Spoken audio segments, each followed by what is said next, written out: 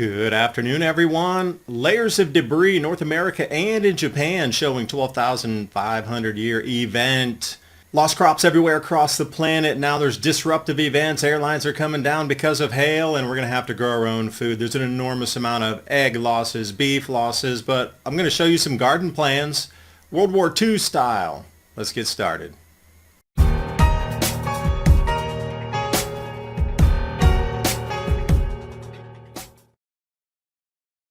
And a couple months back, I had done this video about going to the Kyoto Museum and the different layers of strata deposited, obviously water flow carrying in the different size sediment, including the giant rock layer on the bottom.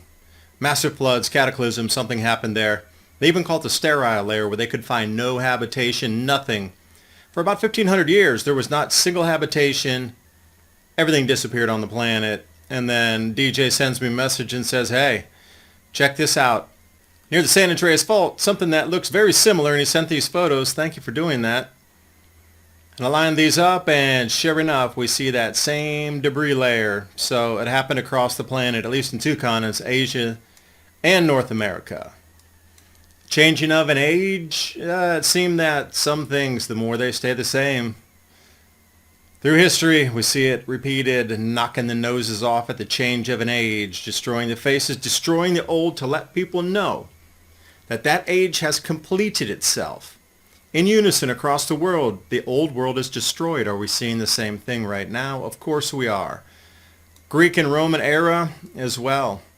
The new era comes, the old era, everything of it is destroyed. And then today's world makes a lot more sense. We are coming into a new era. Literally a new vibratory pattern because of changes in our star. That thing over there, that big thing on the left you call the sun. It's changing. Our solar system's changing. All the planets are vibrating faster and glowing more luminous. Change of an age. So if it's been done since the Egyptian times, where the old era, the old world is completely knocked down, even the noses off the marble statues broken off. Greeks, Romans, Egyptians, current our time. It's just we're digital. It'll be easy to wipe it out. And to demonstrate what I mean, Roman Empire, Byzantine Empire, Ottoman Empire, and the New Republic era. So how far does that take us back? 2,000 years of foundation, cities built upon cities. Haven't we heard that before? But what if they're covered with mud or debris from a cataclysm or a cataclysm light? He would just build right on top of the old world and keep on chugging. You got to wonder if this was buried and then unearthed. And what they were really building on top of was that layer that was buried in mud or some sort of debris, and that became the new foundation floor. Time tells all, and we see the repeating patterns. Now here's an interesting one. Airbnb sent me a extenuating circumstances policy. Now they're changing their major disruptive events policy. It just started here this June. Now what's changing in the policy? Foreseeable weather events at reservations location are eligible for coverage if they result in a covered event. See, large-scale utility outage. What do they know that we don't know? Government travel restrictions. Again, what do they know? They are broadcasting this loud and clear. Policy will only apply to where your location is for your reservation. Events that impact a guest's ability to travel to the reservation are no longer covered. So they know there's going to be climatic events that are going to disrupt travel. Large-scale utility outages and government restrictions on travel, lockdowns again. They are broadcast. Here it is, loud and clear for you. A change of an age. It turns out the key to losing weight and keeping it off is not carbs or fat or even probiotic-rich foods. Nope. The end game of having a healthy weight, as well as more energy and a long, healthy life, comes down to a specific switch which you can flip in your body to flush out unnecessary calories. Dr. Stephen Gundry is calling this caloric bypass. And by activating this specific process in your body, he's seen thousands, yes, thousands of people dramatically improve their health, even at age 50 and beyond. This includes losing weight, getting tons more energy, and returning to the good health that they had in their youth once they simply addressed this one key to better health. Dr. Stephen Gundry has lost 70 pounds himself using this research and has kept the weight off for over 20 years and counting. His digestive issues are gone. His health is fantastic, and he feels younger and healthier today than he did in his 40s. His video has been watched by over 20 million people to date, and you can watch and learn more about it at thehealthyfat.com/adapt. And he'll teach you exactly how he's kept his weight off for free at thehealthyfat.com/adapt. Click on that link in the description box below. And now on with the video. Disruptive event. Do you think the nose cone getting smashed out by hail might delay me from getting to my Airbnb reservation? Just asking for a friend. This happened here on the 9th of this month. These hail events are getting stronger. We saw this a few years back. There was a bevy of them, and then it ceased, and now it's come back. It seems like it's in a sine wave as well. So we're entering into the apex once again of disruptions. Because look at this. These massive air masses colliding. We got freezing cold against rock and heat. What do you think is going to happen right where that square and the circle come together? Would you want to be flying an airplane through there with those two masses colliding? And it's moisture laden off to the west. There are blizzard warnings, and they're expecting feet of snow. Scratch my head. Is it summer already? I guess it is. Let's talk about heat. Wouldn't want to leave the heat alone. It's the bread and butter for some, melting in the oven. Intensified heat Tuesday. Well, we passed through that. It wasn't all that bad. It was really cloudy, so for me it was doable to be outside. Look over at Ryan Maue's feed on Twitter. Everything pegged at around 99. And with the summer heat, it's going to be so hot. It's going to be global boiling. So keep an eye on the heat in the news. Make sure you always pay attention to that. Oh, and also pay attention to how many stories about the heat are out and how intense they are. And then remember, how was it with the record cold across the United States, blistering cold in so many fashion forms across Northeast, everywhere, these records set, just tremendous records. And how much of that was, equally weighted in story headlines from the winter until this summer. Keep that on your back burner as you look through the news this hot season called summer in the world.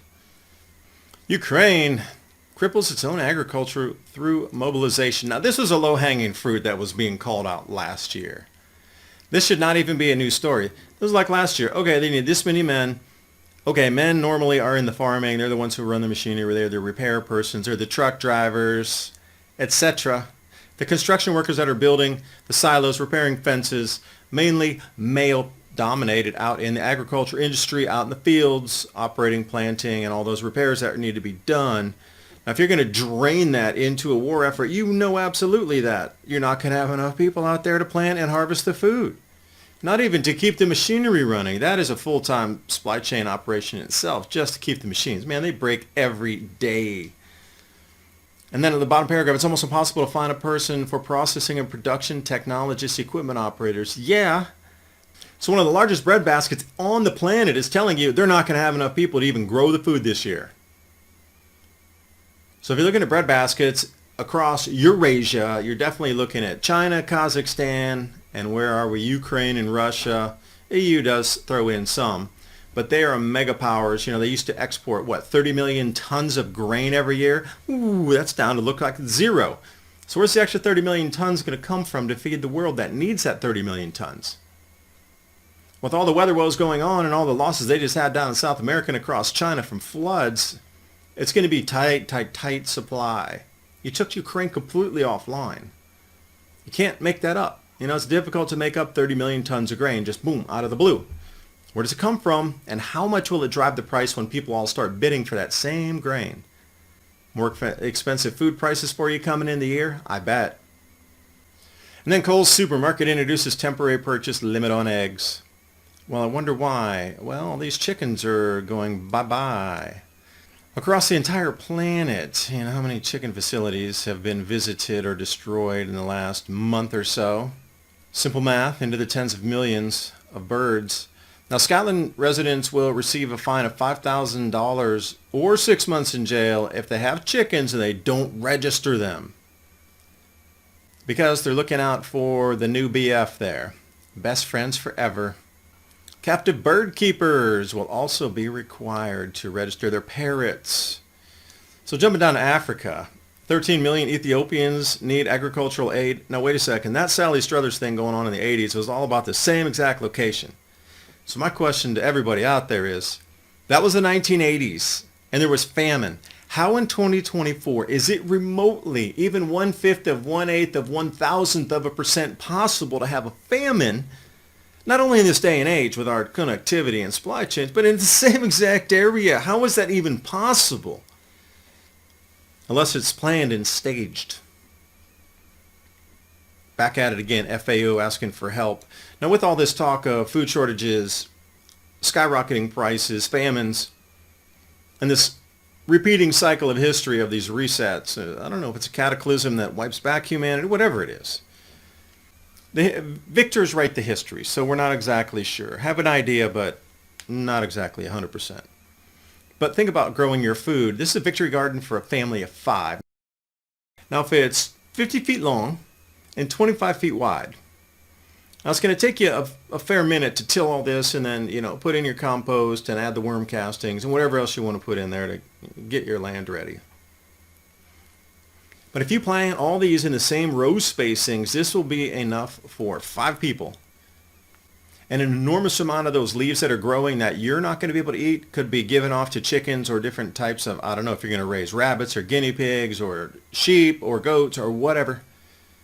There's a huge amount of byproduct that's going to come off the garden, and then you're going to have an enormous amount of very nutritious foods at your fingertips, especially when you come down near the beets and the cabbages and this sort of thing, the parsnips. You can do sugar beets and you can get sugar out of that. Beet juice is a wonderful thing. Hope you got something out of the video. Get those gardens up. Please share with your friends and family. Smash that like button. Help the algorithm move me along off the shadow ban list. Appreciate you watching. Bye for now.